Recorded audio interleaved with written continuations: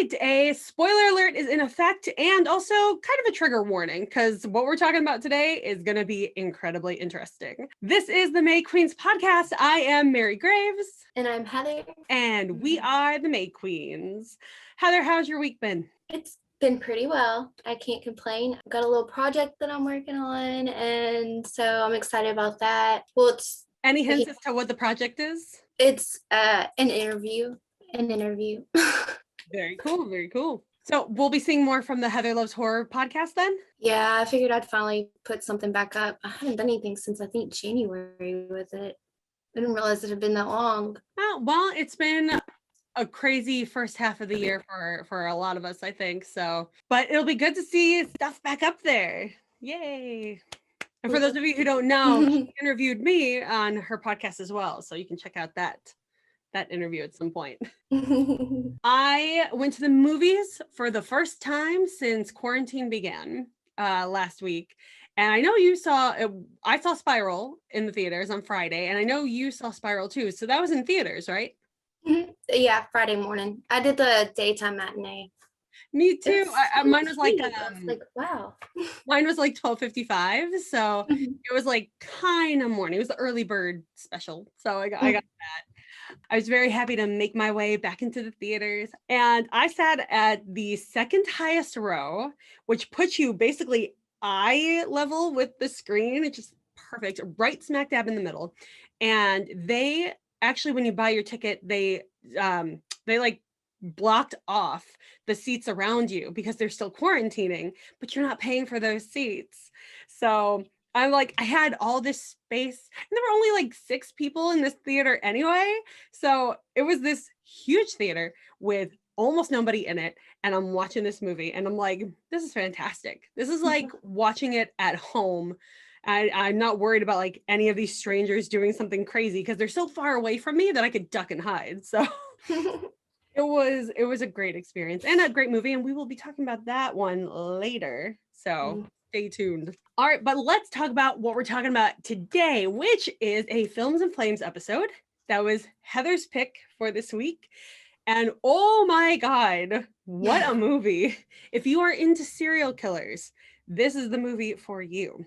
We are talking about The Golden Glove. Oh, you know, what year did it come out? I don't think I wrote that down. 2019. Okay, so it's really, really recent then.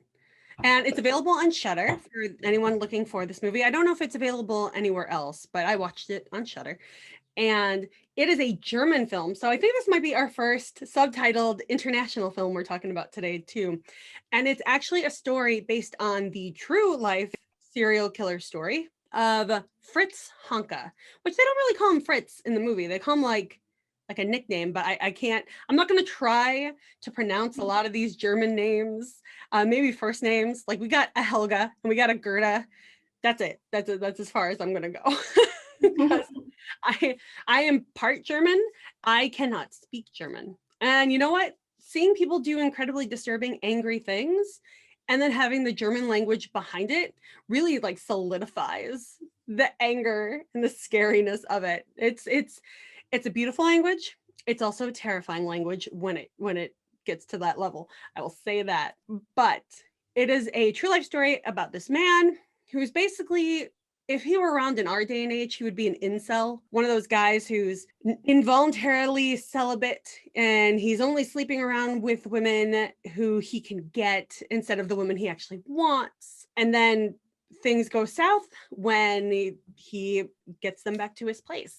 So that is what I will say about that until we dive deeper into the movie. Heather, why was this your movie choice? Because, you see a lot of true crime movies and they kind of, in some way or another, they find a way to glamorize them and to, like, okay, I watched Charlie Says last night. Okay. The guy playing, it was like Matt Smith or something like that. He was playing Charlie and he was a good looking guy. And then they had Chase Crawford playing Tex.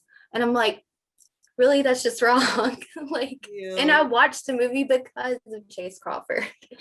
But, it's just that they always glamorize it. And I feel like the director did such a great job of showing just how disgusting these kind of people are. You know, he didn't sugarcoat it or anything. And it was just it was a disturbing performance too. Like I pretty sure I did go wash off, like go take a shower after it was over because I just felt so nasty. That, yeah, I can absolutely see that. There's a huge grittiness and sliminess to this movie, but you're right, it adds to the realism. People are like obsessed with serial killer like podcasts and movies and documentaries. And I've watched a few documentaries in my time too, but I can't go deep into the stories because they're so real. And a lot of times it's violence against women. I'm not going to say women never commit the crimes because they do, and that's what, those shows on Discovery or ID, whatever that channel is. It's all, yeah, it's all about women killing their husbands for whatever reason. So obviously women are guilty of it too.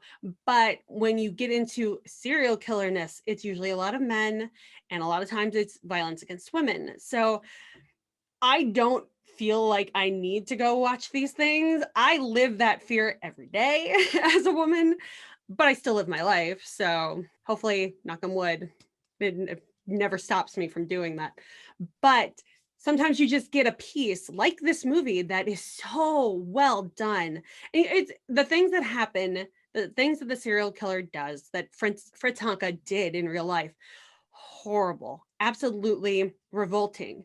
But the way it's shot in the movie is just fantastic because you feel that grit, that realism.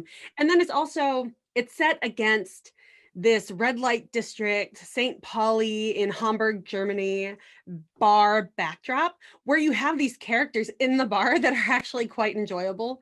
You get a lot of bar banter between them, and you can see the desperate camaraderie between these people.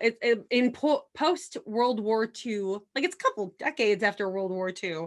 It's set in the 1970s, but you could still tell these are people who are retired soldiers who didn't have anything to do with their lives after the war, that their country lost. So it's interesting to see the country in any state after such a big world event too. So I think that adds some sort of historical value to the movie other than this guy who killed a bunch of people. Also, speaking of, you're talking about the actors and the ugliness and stuff. The guy, I'm pretty sure this is why I wrote the name down. I hope I'm getting the right guy. And if not, I'll correct it on the screen. Jonas Dazzler is the actor who played Fritz Honka in this movie. And I looked him up on IMDb, and he's gorgeous. Have you seen him? Yeah, I looked it up. I was like, he's hot. What? And they do this great thing at the end of the credits too, where they show you the real life pictures of the people that are in the movie, who they're portraying in real life. And I think the only two people you don't see are the kids, Willie and Petra. And I think they're not real, and that's probably why. I don't know that for sure, but I think they're just there. It's kind of like an outsider's look at everything that happened. But when I saw the real life photo of Fritz Honka, like he wasn't gorgeous, he wasn't as ugly as they made the actor out to be either. He looked like kind of a normal schlubby guy. And I thought that's brilliant. They made him as ugly as he was on the inside. So I really appreciated that because you really, like, even when he's starting to change things around for his life and stops killing people for a while, you're still not rooting for him because of all the horrible things he did. I feel like if they had a Zac Efron who played Ted Bundy, who was a good looking serial killer, unfortunately, and that's how he killed a bunch of women. But you get a Zac Efron who you already love, and you're like kind of rooting for him to get away, but not really. Or you're hoping he'll confess and that'll somehow redeem him. But no, you want this guy, this person whose ugliness is on the outside that he has on the inside. You want him to get caught. You want him to die, basically, but you want him to suffer before he gets there. And I think that's more realistic than your typical movie serial killer. Like I've mentioned this before, Keanu Reeves in The Watcher. Beautiful man, does horrible things in that movie. I still kind of like them because he's Keanu Reeves. So yeah, I really appreciate that about this movie. So let's dive into some of the particulars. The apartment he lives in. We get to see this from the start. And God, it's like, okay, I've got like stuff on the walls here, like a collage of all my friends' photos and stuff. Imagine if I was a crazy serial killer, what those photos would be. That's exactly what his apartment was like. Oh God, they showed pictures of his apartment in real life too in the credits. Oh, I didn't see that part. Yeah, that was like towards the last couple of photos they took. And it's like they recreated it spot on with the naked women photos from like magazines, like porn magazines. Just had him all up on his wall, all in front. It's like, you know, he's got visitors. We see his brother visit him at one point. And I grant, you know, it's like, dude, but you know, if their mom ever visited, which I don't know if they really talked about his mom, but I don't think he has a relationship with his mom. Something about one of them was given up for adoption. I think one of them didn't grow up with their main parents, their biological parents. But it's like, what if your mom ever came over? Or what if a police officer ever came over? Like, do you really want this stuff up on your walls? But I don't know. That could be American thinking too. We take nudity in a different way than other countries do. So that might not be as impolite to have up on your walls as in Germany or I don't know, any other European country. But or any other country, not just Europe. America acts like we're not puritanical and we're totally puritanical still. Yeah, it's ridiculous. Anyway, I'll try not to be any more political than that. What did you think of this apartment that he lived in? Oh, it was disgusting. I mean, I say it's disgusting just because like every time they show it, like I can like picture like or somehow like I can like almost smell it, you know? And it's just I just wanted them to like get out of the apartment and like do scenes away from there because it was just gross knowing what all had, you know, was going on in there and everything and his little corpse cubby. Oh, That's okay. what I thought. So here, I don't know a ton about the Fritz Honka history. When we start off with the movie, he's already got a dead body in his bed. Somebody he probably had or failed to have sex with, because we find out he definitely has a problem with erectile dysfunction, and probably because of how much he drinks too, because he's got an alcohol problem. We find out later, you know, throughout the movie, we can see he's got a huge alcohol problem. But he chops up the body. We see they don't show a ton of the chopping up, which I was surprised about, but I think that glorifies the violence when they do show it. I'm not opposed to gore, so I don't really care that much. But in terms of like the real life serial killer-ness, maybe it's more respectful not to show it. But we see him wrap up only a few parts and throw them across the city.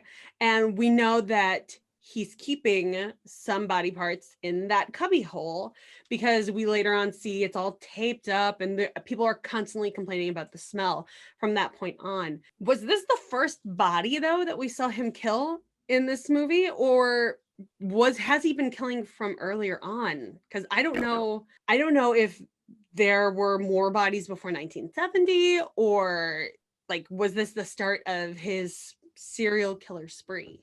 What do you think? I don't know. I never want to rule out it not having happened before because you know, there's so much that like people don't always confess to everything. I feel like there probably were more, but you know, I can't say for sure. What do you think? I think there could have been more. I feel like we saw maybe early on when he was starting, but maybe that wasn't the very first body. Just because of the way he disposed of it, like he already had the tarp and the means to, like, he paused though when he was about to saw into her. So I feel like he wasn't so used to it. Like he's just been doing this for years. Or maybe he had a teeny bit of a conscience underneath all of that remained. But I feel like it got easier for him to do as time went on. At that point, we skip ahead 4 years. And I also wasn't sure, like, in those 4 years, was he killing more people?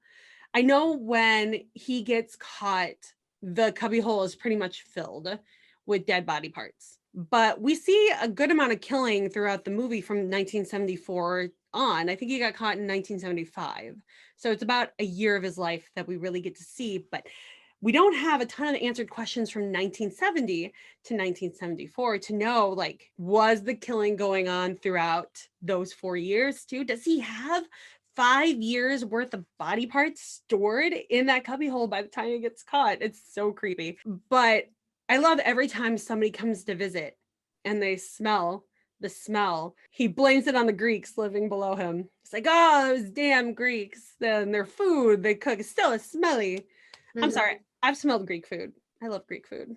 So, although I don't eat meat anymore, and mostly Greek food is meat, but you can get a good salad. So, anyway, this is when we are introduced to the characters who I thought were going to play a bigger role in this movie, actually. I was surprised when we only saw them basically at the beginning of the movie and then at the end of the movie, right before things start happening, where he gets caught.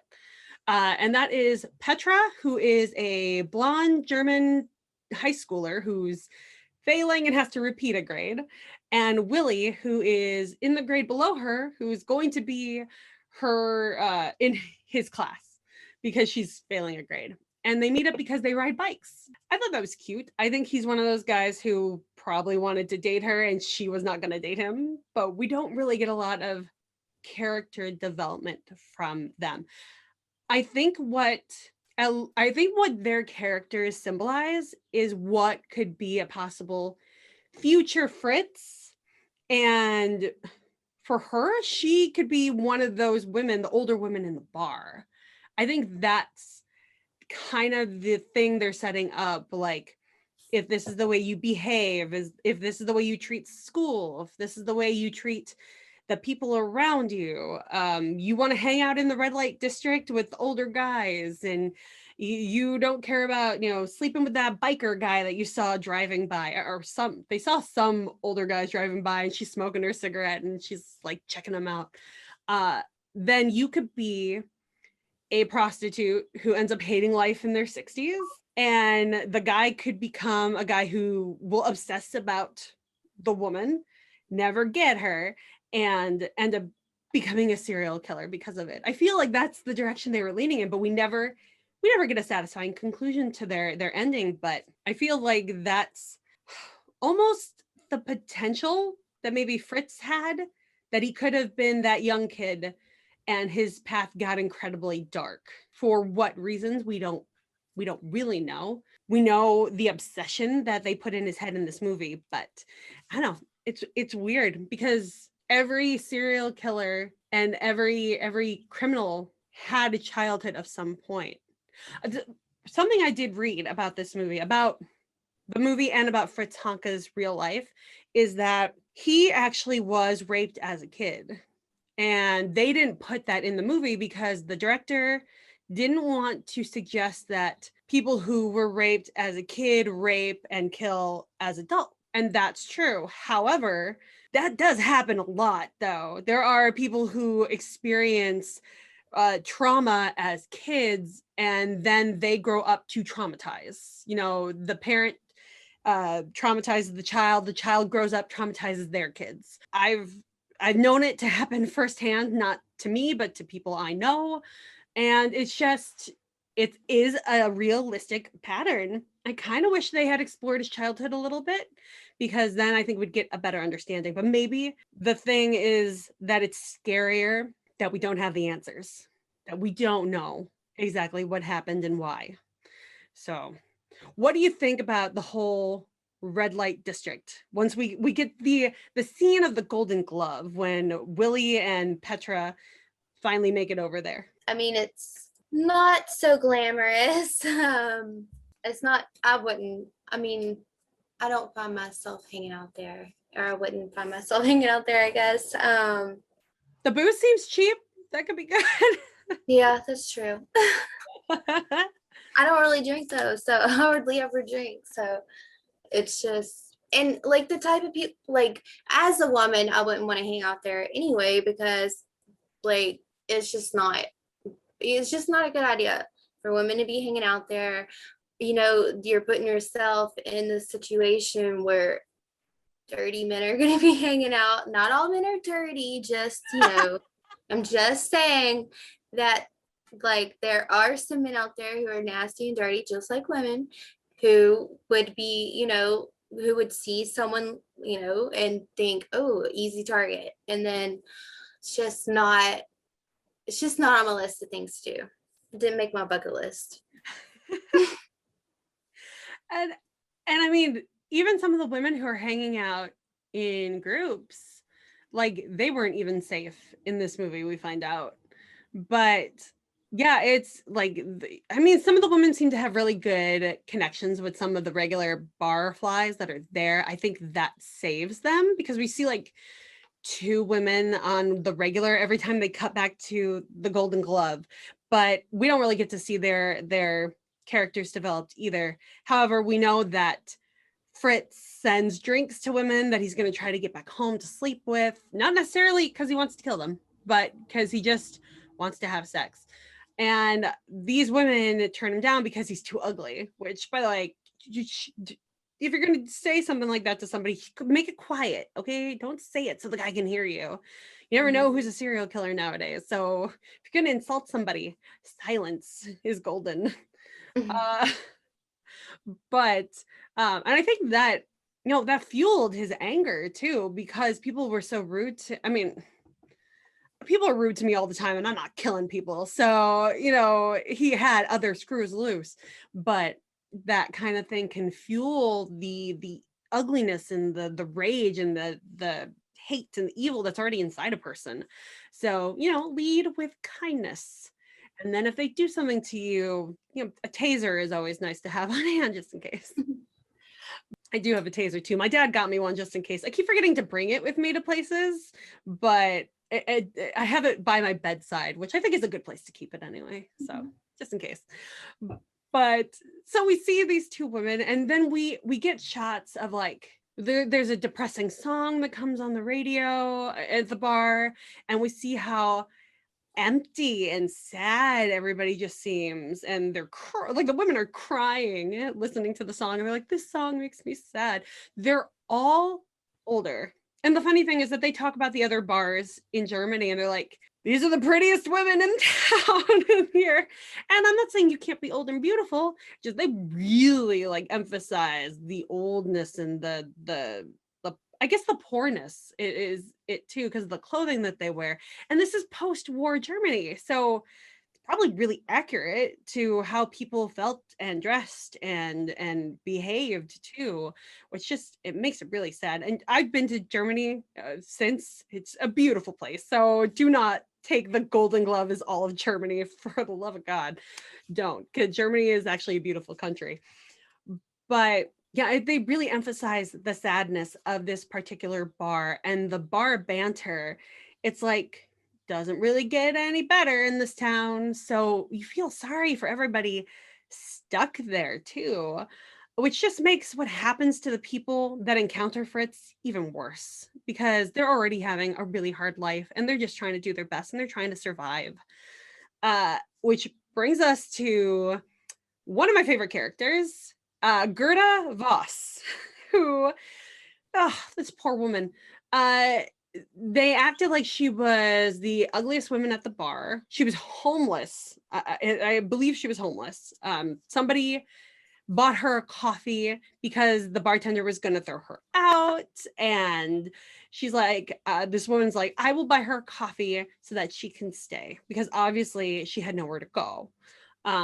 Which we find out more about that and her relationship with her daughter. And it just breaks my heart that she was going through all this. And, maybe her lifestyle was her fault because she was a drunk too.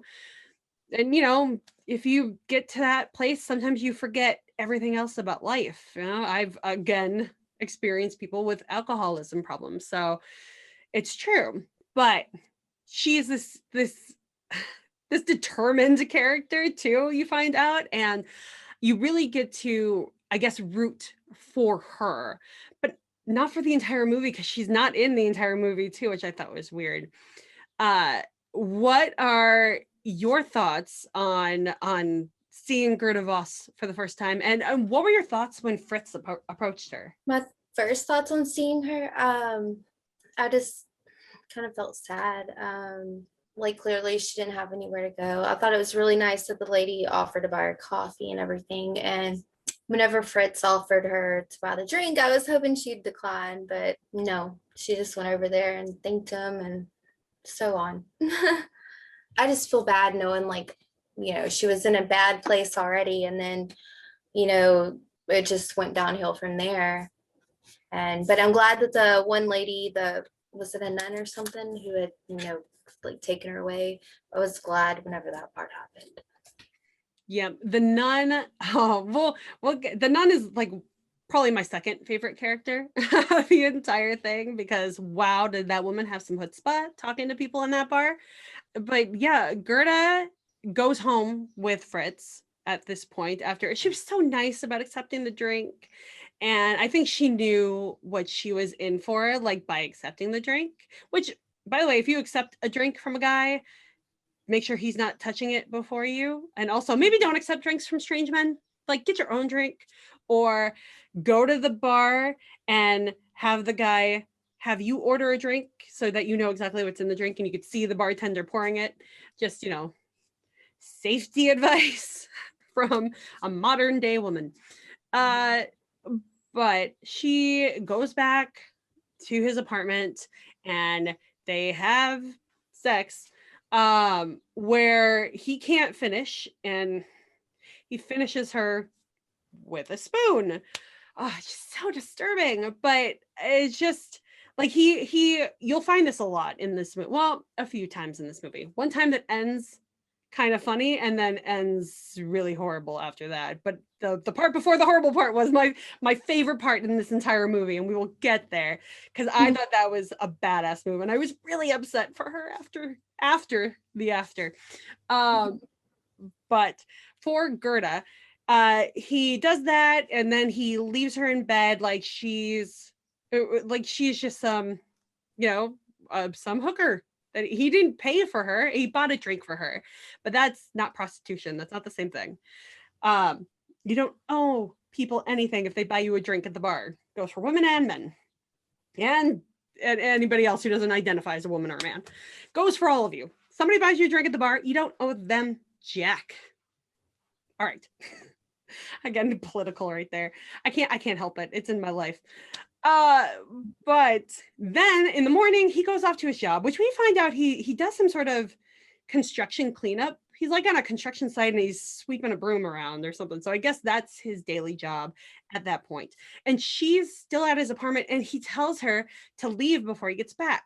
Would you leave a stranger in your apartment? Hell no. No, I wouldn't. No way in hell, I just wouldn't do it. I don't want them going through my drawers. That's basically, like, it's not exactly what she does. She's not snooping around, although she does smell the cubbyhole. So I always wondered if she opened it, but we never see if she opens the dead body part cubbyhole. We just see that she smells it and she backs away from it. And then she starts cleaning up the place because she knows that if she can make this place nicer for him, that he might let her stay. Because again, she has nowhere to go. And I thought that was absolutely genius. Like, you're a commodity. She made herself into a commodity. And unfortunately, he comes back and he gets angry at first. I think he beats her up a little bit and throws her out. But then he realizes that his entire place is clean, that it's been vacuumed, that the ashtray is no longer dusty, and he brings her back in. Oh, because she needs her teeth. She left her teeth there. God, poor Gerda. And he brings her back in to grab her teeth. And in the conversation, she mentions that she has a daughter named Rosie. I think it's Rosie. Yeah. And he pictures Rosie to look like Petra, who he met for a brief second to light her cigarette at the Golden Glove. Because he's been obsessed. I forgot to mention this. He meets her outside the Golden Glove while Willie goes inside, and he becomes obsessed with this beautiful underage girl. And he pictures Gerda's 30-year-old daughter to look exactly like her. I mean, Gerda says that she's a fatter woman, but she's plump and very beautiful. So I guess to him, plump and very beautiful looks like a high schooler who's definitely not a fat girl. She's riding bikes everywhere. She's got, TNA, but other than that, she's not fat. She's not fat. But he's picturing this woman exactly like that girl.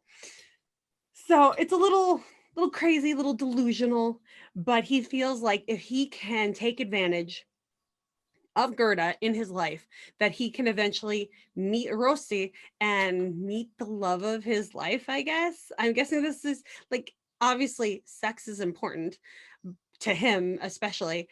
And I don't know what the end game was here, to like marry the daughter, to never have to sleep with somebody like Gerda ever again. I'm guessing. But it's just a crazy obsession that he goes through. And then we have like a series of shots where we see him taking advantage of Gerda and not being able to finish and constantly picturing what her daughter might look like. And of course it's gross. Like there's a scene with this hot dog, a sausage too, with Gerda, and he eats part of it afterwards. It gets very graphic. But it's not like you see, it's implied what he's doing to the women. Like you see enough to know, but you don't actually see. See why I did the trigger warning for this? Because there's a lot. But I like the fact that it wasn't like a porn, and it wasn't like super gory where you see the things happening. You Yeah. just see enough of the scene to be able to put it together in your mind, and that's where the creepiness comes in, because your own mind is responsible for it. Well, what did you like, how did you feel for Gerda in this whole situation? I felt bad for her. Like, I know she went back and stayed, but like, she had nowhere to go. She doesn't have her daughter in her life. I don't know. My heart hurt for her, I felt so bad. And then the whole like situation that he did to her, definitely felt bad for her. It was just gross. Like I just don't know how she endured it all, Yeah. What about the contract that he made her sign? I thought that was crazy. I'm like, why are you gonna sign that? But at that time we didn't know that she wasn't in her daughter's life. So, now I get that she did it. She never had those intentions. But at the time I was like, why would you do that? That's just insane. But Yeah, it's just, and it's funny too, because I think as viewers, knowing Gerda's situation, she has nowhere to go. She's a drunk, and well, match made in heaven. They're both drunks, so he's got tons of booze at home. Oh God, I love that thing he does where he's like, "I've got plenty of booze at home. Come with me." But then he takes a couple of shots or a couple of drinks before leaving the bar. He doesn't let the woman, and he just leads them back home. I thought, wow, this guy has a real problem. But the whole situation with Gerda, you can kind of guess that when she says she has a daughter, she's not talking to her daughter, because if she was, maybe she would have a place to go, because her daughter would be in her life. I mean, any good mother-daughter relationship, you'd take your mom in if your mom needed a place to go. So I think we kind of assumed it at that point, and we were just waiting for the bomb to drop. And I know he made her sign a contract saying that she was going to introduce Fritz to Rossi, and it's so great that it was all of her own sound mind. Like, who's gonna believe that? Yeah, okay, I'll sign it, but who's gonna believe that I was of sound mind? Plus, we know I'm an alcoholic, so I'm never of sound mind. Uh, but then we find out that she doesn't have the relationship with Rossi, and Fritz gets upset. I don't think he beat her though at that moment, right? He just yelled at her. That, yeah, I can't remember. It wasn't a huge scene. I think we cut from there, from that realization, to the scene with the nun, and we get some relief for poor Gerda. But let me double check my notes too to make sure I'm not skipping over stuff. Oh yeah, that's one thing too that creeped me out. he plays the same song every time that he played at the very beginning of the movie when he was chopping up that first body. Mhm. When women will come over before the chopping up begins, when there's just sex happening between him and the women. I'm not going to call it real sex. It's gross. And it's not really consensual with what happens to the women. But he's always playing that same song to get into the mood. It's some sort of cheery song. I'm not even sure it's German. I think it's like French maybe or Spanish. I have to go back and check. But it's like cheery, but like almost bittersweet. Something with tears. I remember the word tears coming up in the first line of the song every time the subtitles came up. But it's just very disturbing. It's like this guy, he puts love and murder together because he'll put the same song on whether he's chopping up a body or he's doing somebody. So it's just such a disturbing guy. And I wonder if that's something they made up for the movie or if that's something that was like people talked about it. Like he put on the song and they just knew that that was a part of his character. Or maybe he talked about it when he got caught and was arrested. Like, blech, weird person. Gerda also, when she's cleaning the house, she's looking for his booze as well. Oh, okay. Before we get to the nun part and the part with Rossi, with finding out that they don't have a relationship, we do get to meet Fritz's brother with Gerda. And the brother says towards the end of this meeting, don't lose Gerda. You need Gerda to stay in your life. I mean, the brother doesn't seem like a typical psychopath. He does kind of seem like a woman-hating guy, though, because he's going through a divorce, or he got divorced. And he talks about, to hell with all the women who, or all the people who keep their legs shut. And there's so many women and not enough women. So he's obviously got a problem. He's got an attitude problem. I'm so shocked that his marriage didn't work out. He just doesn't seem like the kind of guy that, would chop up a body. So he seems a little more well-adjusted than his brother. What are your thoughts on Fritz's brother? I still just want to know how he can sit in there that long. Like, how can you sit in there and stand it? Like, I mean, yeah, his brother seemed like he might have had a little misogyny in his undertone, but other than that, I mean, like, he wasn't too bad. Like, I mean, he came off as a drunk, though. A little lighter weight of a drunk, though. Yes. Oh, definitely. Plastered. He couldn't even walk when he left the apartment. Also, really tall man, and those stairs are really short, so I don't think that helped either. Which is funny that they put his brother as such a taller man compared to him. I feel like, maybe Fritz also suffers from Napoleon syndrome, where he's a shorter dude, and shorter dudes don't get, so many women, supposedly. And so, women on dating sites are like, I want a guy who's 5 foot, I was gonna say 5'12", but that's 6 feet, who's 6 feet or taller. So I think that having him be shorter and also, crunched over, he's got a posture problem. I think that adds to his deranged mental abilities. So I thought that was pretty an interesting choice, and I'm guessing a true choice, that his brother was the taller guy. Maybe he wishes he could be like his brother, like have a marriage, even though it ended in divorce, but he still had, the love of his life, one person to have all the sex with, and hopefully, because you want that person, keep it up with. So I guess we get a little bit more of an understanding of Fritz's character and why he might do what he does, but you never really know why. The brother turned out fine, but they grew up in different households, because I can't remember which one of them was given up for adoption, because they were one of, like, I think 7 kids is what they brought up. To double check my notes. It was a bunch. It was a bunch of kids. Oh, 10. One of 10 kids. Yeah, man. I like that one scene where the bartender sends out his employee to find out what an anus is. Yeah. I like how they say anus. It's anus. But yeah, that God, the bar talk. There's one scene where I think it's later on where Willie comes back to the bar by himself and has a cola, where they go through the nicknames of all of the bar flies that are there. And it's just, I don't know, I guess it makes you appreciate, I, it's a thing about classes, different classes of people, like the high schooler and the two high schoolers. They're probably from a different class of people because they're in school. They're in a decent looking school. It doesn't look like a poor neighborhood school.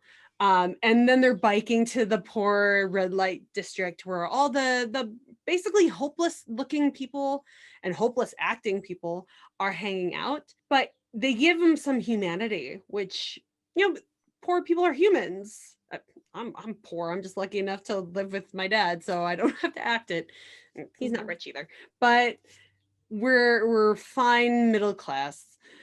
But there's humanity in all classes, and I like that they had that. What almost seems a random focus on the barflies at the Golden Glove, because it looks like such a seedy underbelly place where no good ever happens there, and it's all about the criminals and the prostitutes and whatever. No, these are human beings with lives and histories and possibly still hopes and dreams, even though they're older and can, well, if you were in America you could retire at that age. But it's just, you kind of want to know more about them too. I feel like you could have a comedy spin-off of the Parflies from this real life serial killer story. But I think it also helps what horrible things you see coming up and the stuff you just saw by having those little moments of comedy, that little bit of humanity break. It makes it easier to digest the real life things you're about to see reenacted. So I really appreciated those scenes. I think I wrote down some of the nicknames, so we'll get to that at some point. But right now we are at, okay, yes, we are at the nun. The nun, the amazing nun who's dressed like a sailor or somebody in the military or something. I think it might be a Salvation Army type uniform. I guess maybe they have that in other countries. I don't really know, but it's like a military cap and a suit dress. She's very professional looking, obviously doesn't go to this bar a lot. And we find out because she sits down at a table with three super drunk older women, and the one is insulting the nun, saying that she went to Catholic school, she knows what's going on in the church and it's corrupt and stuff. I'm guessing this has something to do with like the corruption of priests in the Catholic Church type of thing that maybe has been going on for all this time, and not just in the last couple of decades. We've been talking about it. And like, she really lays into the nun, but the nun is like, you're safe at the church, you're safe at my church, you're, come to us, you could talk to us, talk to Jesus, blah blah blah. And eventually she gets kind of shooed away from that table because they're all a bunch of drunks who don't want to talk to a nun. Fritz goes off to the bathroom. He's at the Golden Glove with Gerda. And as Fritz is gone, Gerda meets the nun. The nun sits down with her. What did you think of this whole conversation? Well, maybe not the conversation itself, but what do you think about the whole encounter when Gerda meets a nun? Yeah, I didn't know how it was going to go, but I felt like it, definitely worked out in her benefit. I thought it was really sweet that the lady was really wanting to help her and managed to convince her to, leave with her. It's kind of like a little guardian angel almost. Oh God, absolutely. Like I'm watching this interaction and I'm like, for the love of God, take her out of the bar while he's away. Run, run, run. And that's what happens. I mean, not necessarily run, but Gerda has kind of a breakdown with the nun. She wants to change her ways. She wants to change the life she's gotten herself stuck in. I think they talk about her being stuck in the conversation too. And we just know that the nun and Gerda leave the bar and Fritz comes back and she's not there and he can't find her. So we don't know what happens to Gerda from that point on, but I'm hoping that the church took care of her. A lot of churches tend to take in homeless people or have homeless shelters. that can help her deal with the things she's going through. So as far as I'm concerned, Gerda has a happy ending, and she got clean and she got to meet her daughter back in Vienna. We find out she's in Vienna, which is not even the same country. So good luck trying to find Rusty, Fritz. So, but that leaves Fritz open to destruction for somebody else. And we find him at the table where the nun was at first with the 3 older women. And this is where we find out that even if you hang out with groups of women, you're never truly safe. He ends up taking all 3 drunks back to his place, but one of them ends up being too sick to make it all the way to his place. I think she just passed out. I don't think she died of alcohol poisoning, but we don't know. I assume she got super lucky by passing out in the street and didn't have to go back to his place. And we get 2 that end up going back to his place. And one of them is the smartest person out of all the drunks, because I would have done the same thing. Well, I wouldn't have gotten myself into that situation in the first place. But if I did see myself in that situation, and I could smell the smell that I feel like we can imagine what it smells like in his apartment, and see the gross photos on the wall, and just see how this guy is when you get him under regular non-dark bar lights. I love the fact that they talk about how they keep the curtains closed because people don't drink when there's sun out at the bar. And she fakes needing to go to the bathroom, which I think is a shared bathroom, by the way. I love when Gerda is cleaning his apartment and she sees the bathroom and she just closes the door and goes back to his apartment, doesn't even touch it. So there's a little comedy beats like that in this movie that make it incredibly enjoyable, despite everything that happens in the movie. The one woman fakes going to the bathroom. How he didn't see it, like, he's not a smart guy to begin with. So it's funny how stupid people can get away with. It's not funny. It's probably true to life that stupid people can get away with such horrendous things, but in their essence, they're so stupid that they're eventually going to get caught anyway. So we have this woman who escapes instead of actually goes to the bathroom. The guy, Fritz, goes to check on her and realizes she's gone. And then he gets angry. He doesn't even have sex with the woman that's left over, right? I don't think he does. I don't remember. I know he starts beating her head into the table. And I think that's how, like, he just starts beating her up and he kills her. And that's just another body for the cubbyhole. Which is sad. The one that he beats up too is the one who apparently had the horrific childhood with the church, who was going off on the nun, which I kind of saw coming. Like, once he took all 3 women out of the bar, I had a feeling that if only one of them would go, she would be the first, if not all of them. Just because she seemed the most vulnerable, I think, which that's, Fritz is a predator and he sees these women as his prey. And so he's going to attack the most vulnerable that he can, but he didn't have sex with her. Just beat the living shit out of her and then killed her. Just absolutely awful, especially knowing that she could have had an escape if she had left with the nun. But then where would that have left Gerda? Because I think it's at the bar that we find out that her daughter is in Vienna. So we don't know what would have happened to Gerda that night. Fritz was just more and more angry as that night was going on. And the nun swooped in and saved Gerda. But this other poor soul missed her opportunity. She was that close to, I mean, I'm not saying people should go to the church to get salvation, but in that scenario, church was the salvation from their current situation. So it's really sad. And then the fact that these are true stories it makes it even sadder. I know we're getting close to the point where he gets sober. I want to make sure I'm not missing anything good here. And that's right. We get a very brief scene where Fritz gets hit by a Volkswagen van. He's crossing the street. I don't know if I guess he didn't look when he crossed the street, and he's crossing in front of the church. that probably took in Gerda too. We don't know how long the time has passed since Gerda left and he gets hit by the van, but he gets smack dab hit by the van. And I'm like, I think we still have like a half an hour of the movie left, or 45 minutes at this point. It's almost a 2-hour movie too.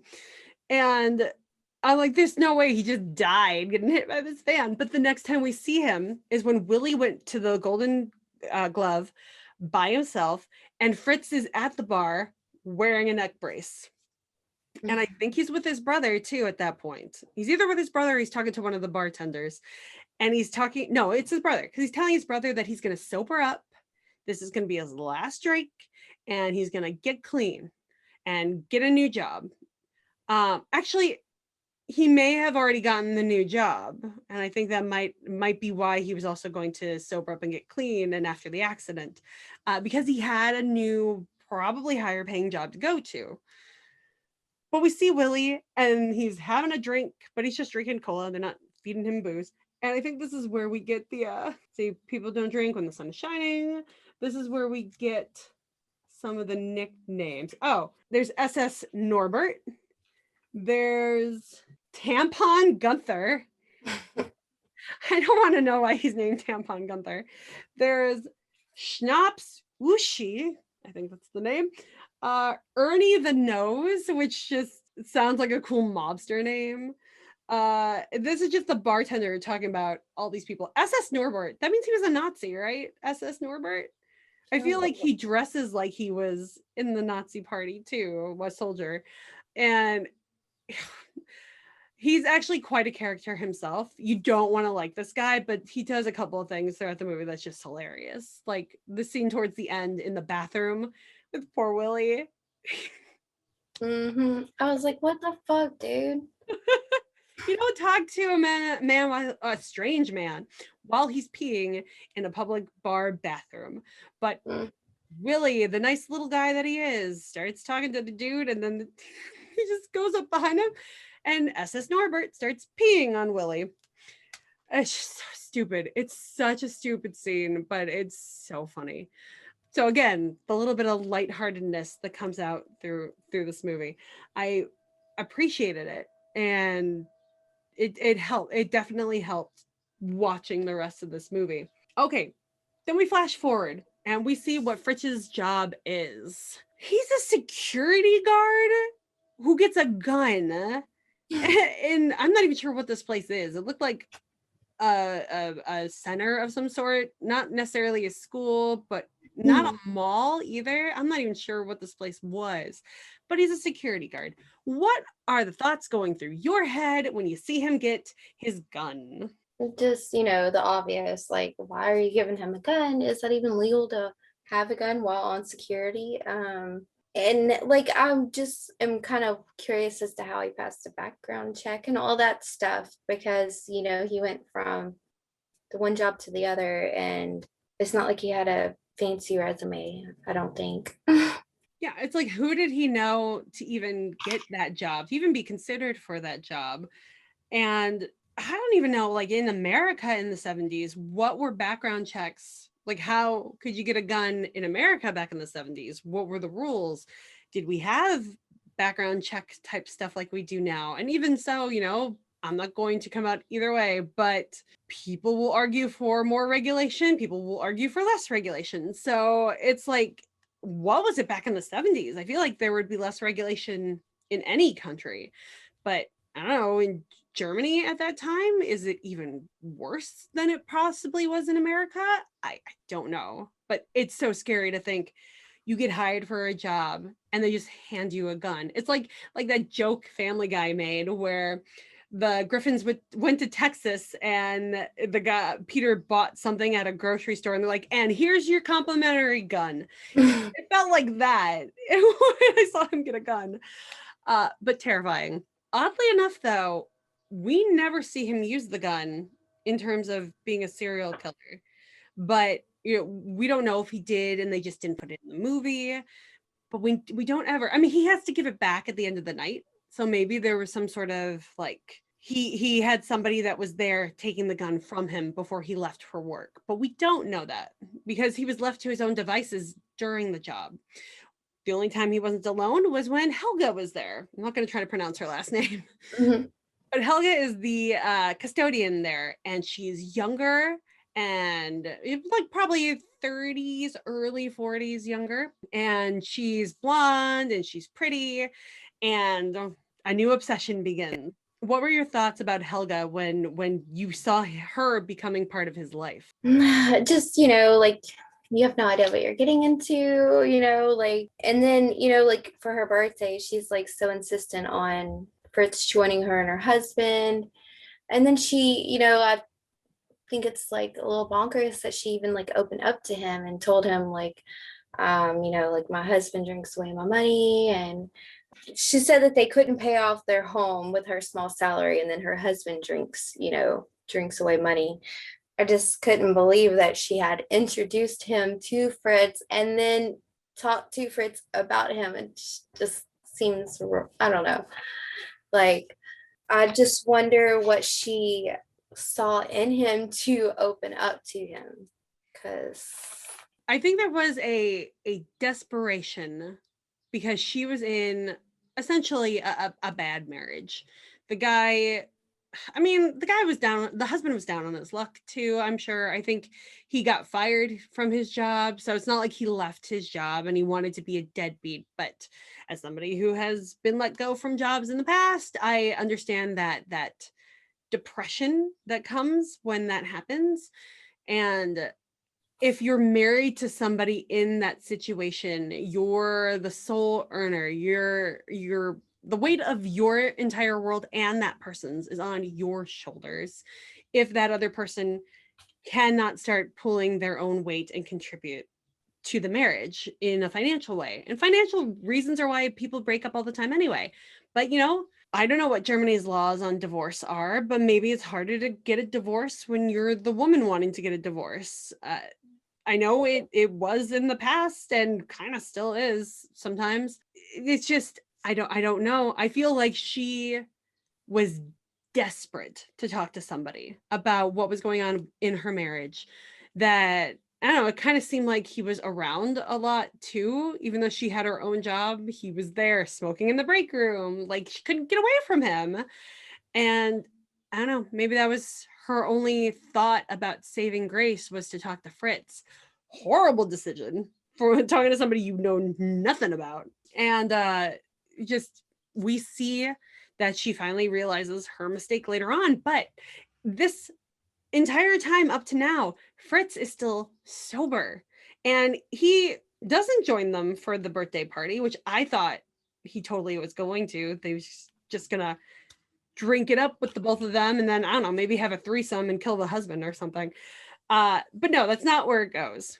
However, later on, what is it? She's drinking at the office and I can't remember why. That's when we find out. It's after the birthday party scene where we actually get to see some scenes of Fritz at home. He's sober. He's buying food, which his brother commented earlier on in the movie that he had no food in the house until Gerda came around. But now he's buying his own food. He's cooking his own food. And he is turning his life around. But again, he's this awful person who did all these awful things. And he still has the body parts in his cubby. I'm sorry. Why do you hang on to the body parts for that long? One, evidence. Two, you can't take one part at a time in your bag and just like dump it in different parts of the town, the country. Uh, stupid. This is the stupidity of this man. Like it's ugh. I don't know if you ever see really smart people become serial killers, but I would be afraid if they did. Those are the Hannibals. Your fake fictional serial killers are the really smart ones, or they're dictators. I don't know, but this guy, not a genius. He could have gotten rid of those body parts over those 5 years so easily, but he doesn't. But in terms of his well-being, he's turning his life around and he's got this job, he's earning money, he's buying groceries, he's not drinking. Then we get to the scene where we find out about the husband and the fact that he was fired like 7 months prior and that she's paying for everything and can barely afford to pay for their house. Like she can't afford to pay for their house. She's drinking in the break room on the job. and the husband comes by, or the husband comes by. I think he was already there, but he was out of the room when she's talking to Fritz. And she opens up her wallet. He says he's gonna go get dinner, and she opens up her wallet and hands him a few bucks for dinner. I thought, oh, that hurts. That, like, it's the embarrassment of it, because she's so obviously upset when she's talking to this guy, Fritz, about it. And then it's so like he can see it and she doesn't want him to be able to see it. But that's because they're friends and coworkers, not because she has feelings for Fritz. But Fritz takes it as her having feelings for him. You know, it's a miscommunication. And miscommunications with psychos always go wrong. So she offers Fritz a drink, and Fritz, trying to be her friend, I use quotes a lot in this video, guys. If you're listening to this on the podcast, make sure to check out the video and do a quote count with my fingers. Uh, tries to be her friend, and he decides to drink with her, and he ends up drinking a lot with her in that break room. Did it happen that night? Let me double check my notes. Drinking with Helga and Elric. I think I'm saying Elric correctly. That's her husband. It might be Elrich.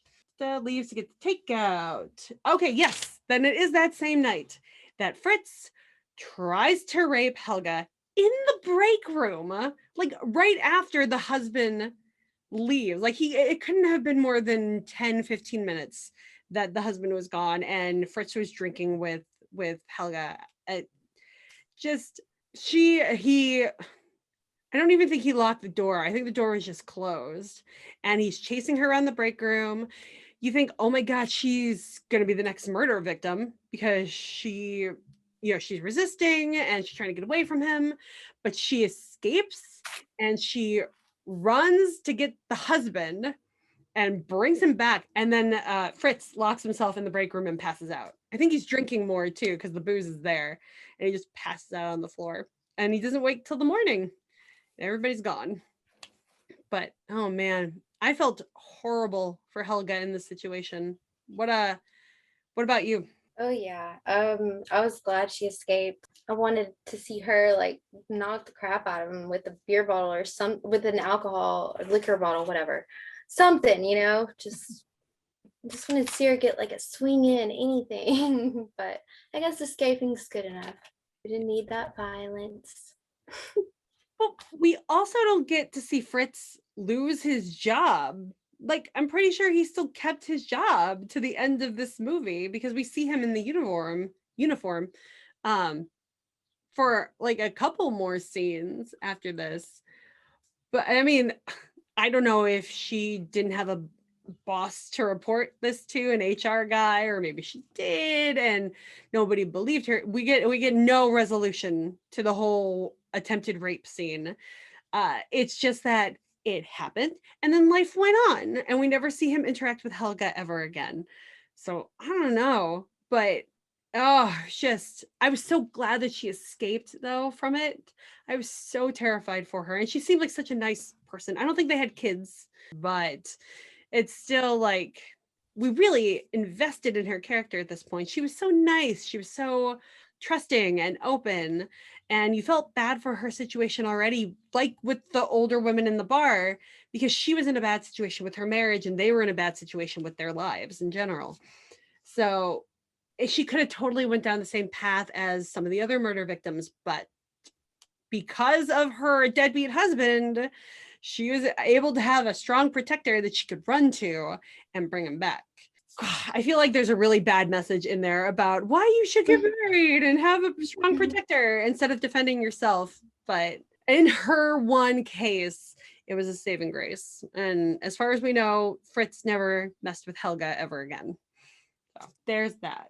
Okay, so we get the scene where Fritz goes back to the Golden Glove. He's apparently been away this entire time while he's sober. He wasn't even coming to the Golden Glove for like cola or anything like Willie would do. He was just avoiding the place altogether, which if you're an alcoholic and you're giving it up, that's probably the best thing you could do for the first couple of years of sobering up. But then, you got friends who might drink and you don't want to give them up, and hopefully they're understanding and you can drink water at a bar or something. or club soda, and tip your waitresses and Mhm. bartenders.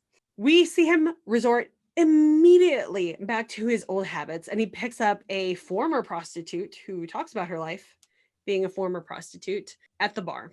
And he brings her back to the bar or to his home. And we see him repeat the same old patterns of beating up the woman and forcing her to have sex with him. Or actually, what happens is they're about to have sex. She was actually willing to have sex with him because she was a former prostitute. And he's outside the room trying to get it up, failing. Oh, we get to see his penis too a couple times. So if you're a full frontal person, this is not the full frontal you want to see, but you get to see it. And if you picture him as the handsome actor that belongs to the penis, it's better. I actually wonder, because sometimes when they do scenes like this, they use a fake penis. So maybe you don't really know. I can't remember. I know I heard this about some horror movie where there was a full frontal shot, and it's like, that's not mine. Oh, I know they did it with Boogie Nights. Marky Mark is not hung like the actor he was, the guy he was playing in Boogie Nights. So they do that from time to time, and they do it with women and nudity with breasts too. Cannot remember. There was a famous horror movie actress who said that, oh, Ginger Snaps. Isabel, the lead, the werewolf in Ginger Snaps. She's known for doing some nude scenes, not her boobs. She always said that she would not do nudity, and if they needed boobs, they had to have a stand-in. So if you ever go and watch a movie with her in it and you see her boobies, it's not hers. I thought that's brilliant. I know some people have had it happen where they didn't want to be associated with nudity at all, and there were stand-ins without them knowing it because they didn't have it in their contracts. I think Halloween Resurrection, the worst one of all of them, there's a woman who just shows her bra. It's not her, and she didn't know they were going to do that till she saw the movie in theaters. So they do crap like that too. But it's the same woman who plays the mom in the flashbacks in Oculus, and I found her YouTube channel, so that's how I found out about that. Anyway, I'm going off on a tangent. You do get to see a lot of full frontal of Fritz in this. There's a few scenes. It's not enjoyable when it happens, but it does happen. So warning you on that. So he's trying to get it up outside of the bedroom, and the woman he brought home, this older, overweight woman, is saying all these things like, I can help you get it up. Because she was a former prostitute. She was forced into prostitution. I'm pretty sure she specifies that. And she didn't love her life as a prostitute. But she wasn't being a prostitute right now. She was going home with a guy she met at a bar, willingly, pretty much. I mean, under the influence of alcohol, but it seemed like she was okay with it. What happened was she made Fritz feel emasculated. And you know how angry psychotic men can get when they feel emasculated or whatever. And so instead of having sex, he beats the crap out of this woman who's lying on his bed and willing to have sex with him. And he forces sex on her. I can't even remember. Maybe I don't want to remember if there was like an object that was used on her, but he does end up having what he considers sex with this woman after beating the living shit out of her. And then came my favorite part of the entire movie, followed by my least favorite part, but my favorite part of the entire movie. The prostitute gets up from the bed after they're done and Fritz is like half asleep. She goes to the kitchen to take out the jar of sausages. Hopefully none of them have been used, but she starts eating one of the sausages and she takes out what I'm guessing is horseradish or something spicy that's a white sauce. She dips her fingers into the sauce, and I thought, where is this going when I first saw that? But then she walks into the bedroom and she puts it on his dick. You don't see it, but you see her rubbing the general area. And he first makes a noise like, oh, and then you hear him screaming because it's a spicy condiment that's on his dick. And I just like, yes, good for you. That's amazing. That is like, if I were in that situation, I would totally do something to the man's penis to get him back. Any men watching this know that would be your suffering. Unlike this woman, though, I would leave right afterwards. And that is where my least favorite part. I mean, there's a lot of really upsetting parts in this movie. It's still a really great movie, but there's a lot of upsetting parts in it because she stays because she wants to, gloat in her amazing action. And he ends up strangling her to death, basically. What, he takes like a towel around her or something? I'm pretty sure it He was. wrapped something around her face and then hit her. Is that what it was? Did he hit her on the head first? Oh no. Okay, that's right. That's right. He's strangling her and he's got the towel wrapped around her neck. I just saw the word bottles and now I remember how the whole scene Oh ends. yeah. He takes the towel around her neck and he's strangling her. She's a heavier woman. She's got a thicker neck, so it's harder to strangle her. But he eventually has her on the ground and he thinks she's dead, but then she's still moaning. And that's when he takes all the empty bottles he has and he just starts breaking them over her face. You don't see her face getting hit. Again, this is one of those implied, what he's doing. You only see him and the bottles and the glass shattering up at the camera or around the camera, but you never actually see the violence of her being hit. So very artistically done. It shields the true gore, but your imagination takes you there. So it's still very horrifying. I think I counted how many bottles he did too. Breaks four really heavy schnapps. Schnapps was his drink of choice. So these are huge, like schnapps bottles, heavy glass, and he breaks four of them over her face. And that's when she died. And then he's chopping up bodies and playing that damn song again. And so he's back to his old ways. I think we're coming onto the conclusion. Oh God. I just saw the word maggots in my notes. I know, it just took me back to the scene. So well done though. A very Suspiria-like scene coming up. Okay, so we do get to see him take home one more woman, and it's a dying homeless woman who talks about having an open gut and not being able to have sex because it's too painful. And he ends up just like slicing this woman's throat, I think, and killing her right away. Which then they do this great transition into seeing the Greek family, and they're opening up a lamb's head. This is not a scene for vegans. But you see the Greek family cooking their food, and it's this loving couple. It's total opposite of what's going on in the apartment right above them. And you see the Greek family, the daughter who you saw leaving the apartment earlier in the movie. I didn't realize she was part of the Greek family, that we would get to see her again. I just thought it was a random couple leaving the apartment building and speaking a language that didn't sound German to me.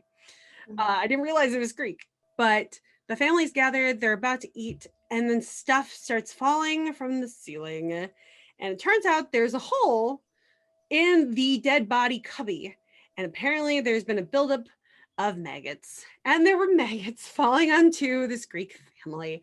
And they freaked out and were leaving the apartment building. And now like I'm itching just thinking about it. If you've ever seen Suspiria, you know the scene I'm talking about with the maggots being everywhere on the ceiling.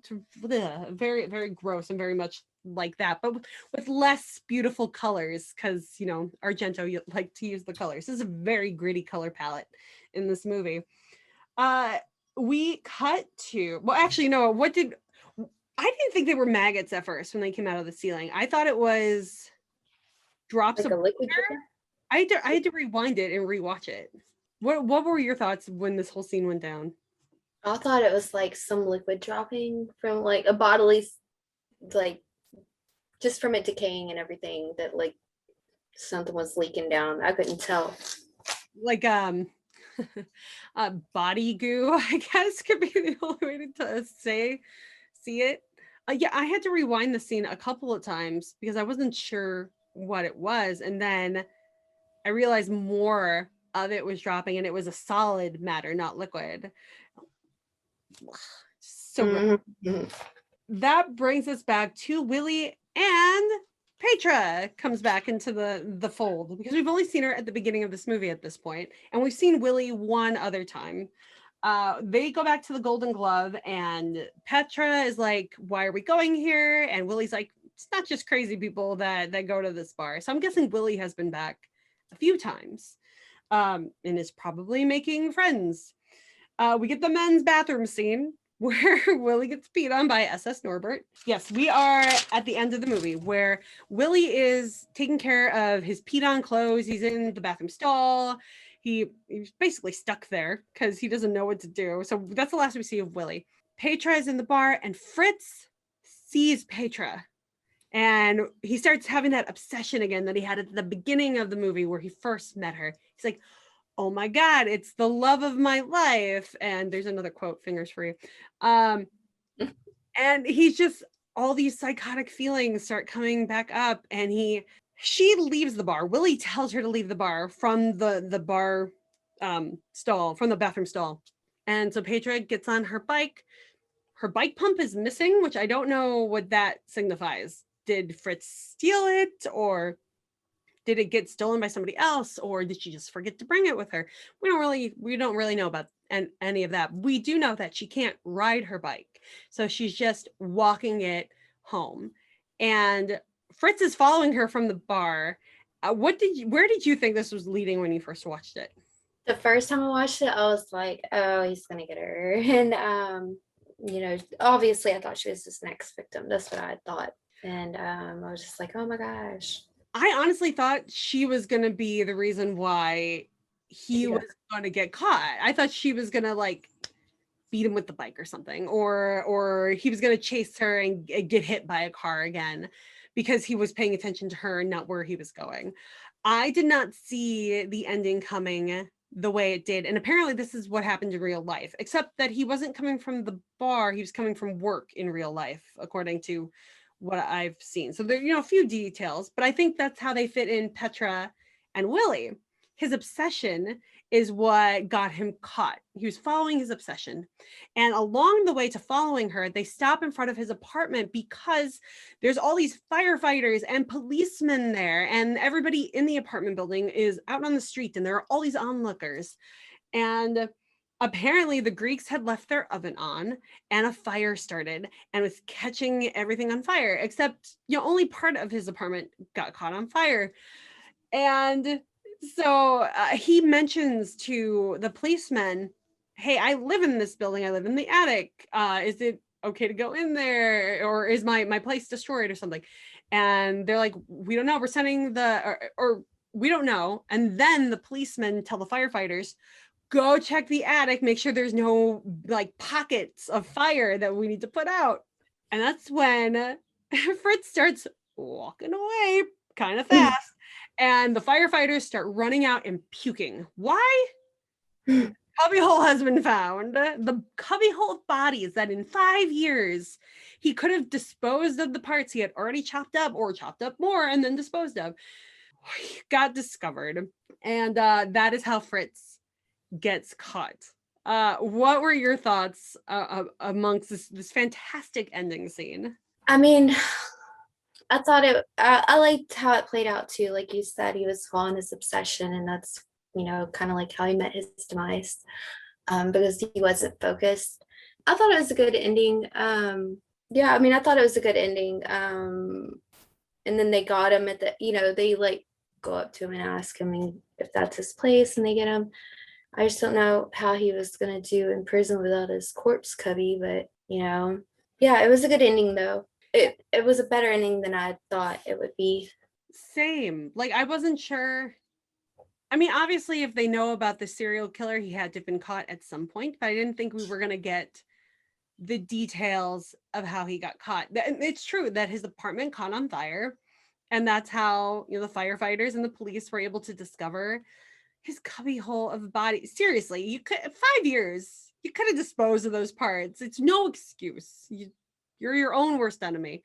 It's like his wine collection, though. It's true. You gotta have it aged. Because serial killers, I think, tend to collect stuff from their victims sometimes.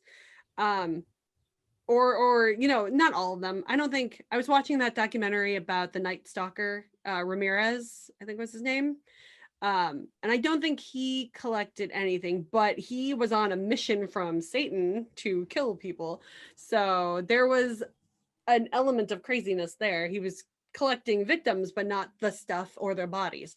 But yeah, what if he was collecting the parts as a collection? I never thought about that. That's gross too. What if he was gonna create his perfect woman in the end? Pieces. It's the movie Pieces, Yeah, which I have not actually seen yet, but I've seen in documentaries enough to know. And also, it's Eli Roth's favorite movie, and so I really want to watch it because I love Eli Roth. So that's not. There's no question here that we like Eli Roth on the show. So we love him. beautiful. Oh my God, I found, totally off topic. I found a photo.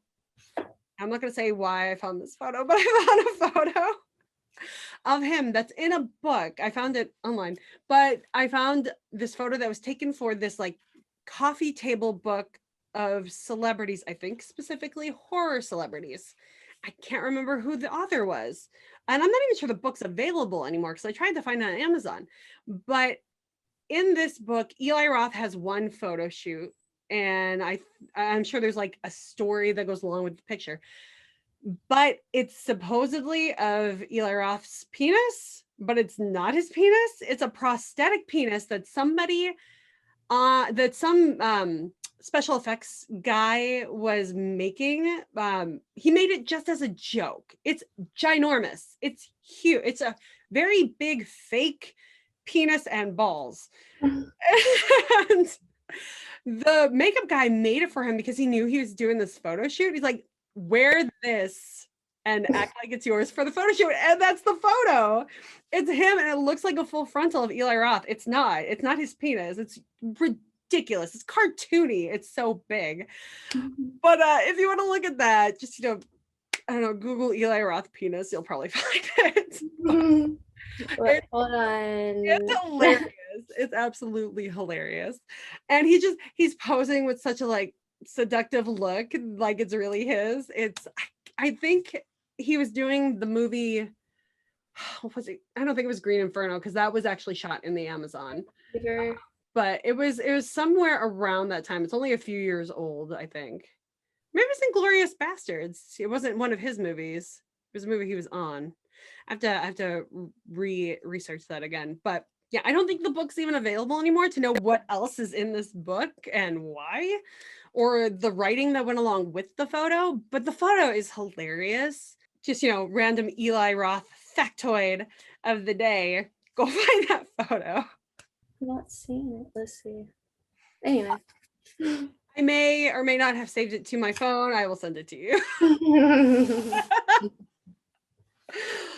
Anyway, so we are at the end of this movie. He's been caught, and then we get the credits where we get to see like the real life faces of the victims, Helga, and I think her husband too, and then the real life look of Fritz Honka, who, again, he looks like a schlubby dude, but he's not nearly, like, the nose isn't nearly as bad as they made the makeup.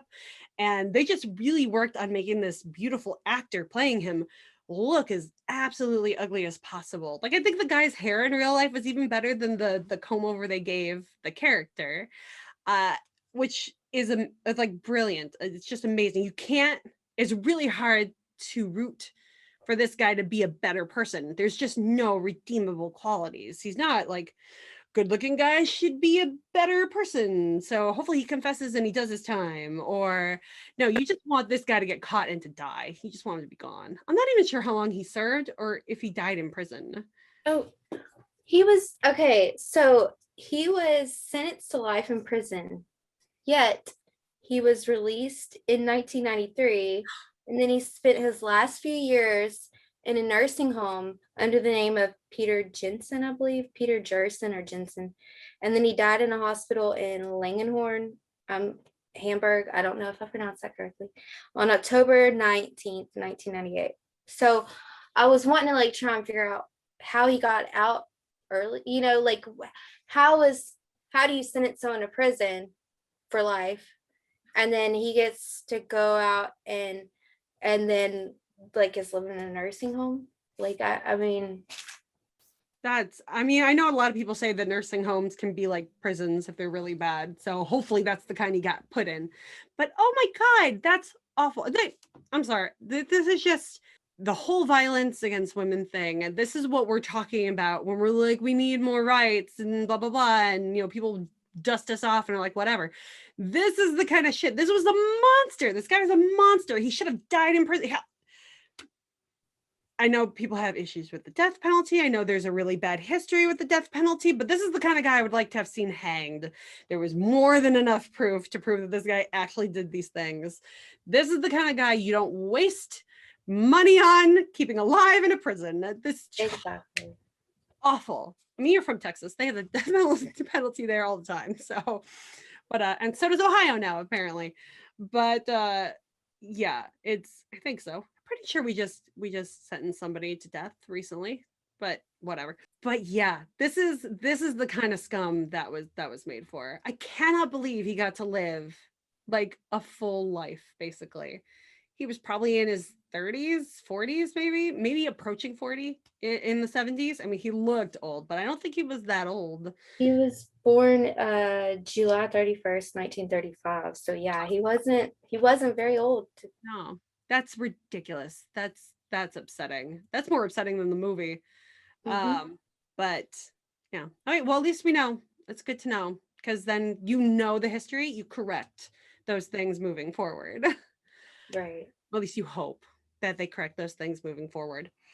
But if you are looking for a really great serial killer movie based on a true story, this one does it right. Absolutely. I mean, you have to, if you're not the kind of person who likes to read subtitles, whatever. I think they do the subtitles really well. I think the dialogue is really great when we have dialogue, especially around those bartenders and the barflies. And just knowing the history of what happened, yeah, it's horrifying, but it's also an incredibly interesting story, especially when you see him get caught. Wish he would have stayed in prison, but it's a good movie. The Golden Glove, again, on Shudder. So, all right. Any last thoughts about the movie? No, I might go ahead and go take another shower. We just talked about it, but I'll try and keep my hair not from getting. I don't want it to get wet. I'm like, I just took a shower this morning and put on my makeup and stuff, so I might take one before I go to bed, but I think I'm good. Ugh. It's a weird that the maggots are the least disgusting part of the movie compared to everything else that happened. But yeah, so that's about it. We are at the end of another Fantastic Make Queens podcast. I hope you guys enjoyed. I hope you guys will go watch this movie. Not for the faint of heart, but it's definitely an interesting watch. Heather, you said you were working on new stuff for the Heather Loves Horror podcast. Anything else you want to plug? Nah. Plug you. Hold on. I am going to look up your exact Twitter account while I'm here thinking about it. Okay. So you can find Heather at Heather_loves_horror on Instagram, and on Twitter you can find her at Heather Beck MYE1. So, and her handle is Heather Beck Myers. But again, that's at Heather Beck MYE1. So there we go. Got it exact this time. For me, Terror Tuesdays, we're recording this on a Monday, so my next Terror Tuesdays is coming out tomorrow. I'm doing reaction videos now. I still have to get the Patreon stuff onto my page. That's the hardest to edit because it's the full video. And right now, just the sections that I put on YouTube and on Instagram are really easy to edit together. But I will eventually be getting those Patreon things up. I've filmed 4 videos in advance. I just have to do all the editing now. So hopefully that'll be pretty easy once I actually get started. Once I get into the zone, I just go. But we already know, because somebody already guessed it on my Instagram page, that tomorrow's movie is David Cronenberg's The Brood. Have you seen this movie? I have not. I'm almost certain I have not seen it. Okay. It's like, I'm pretty sure it came out before The Fly and before Scanners. It came out after Shivers, which I've seen most of, but I don't think I've seen all of. But Scanners and The Fly and Videodrome are the ones that you really think of with Cronenberg. And The Brood is pretty popular too, I think, if you're a Cronenberg like lover. I do love his stuff, but even I only heard about The Brood the last couple of years. So I really wanted to watch this one and early on in my reactions. And it's gross, just like you get from Cronenberg. So I'm excited to put this video out. And then I've been doing YouTube shorts, but I've been sharing them to my Instagram Reels and TikTok. And my first YouTube short is just try to guess what card I picked. It's a Are You Psychic video. And there will be more of those and more of other things that I'm brewing up in my head over the next couple weeks. So look forward to that. That's about it, Heather. It was nice chatting with you. I will talk to you later. All right, it's good chatting with you too. Bye. All right, Maire.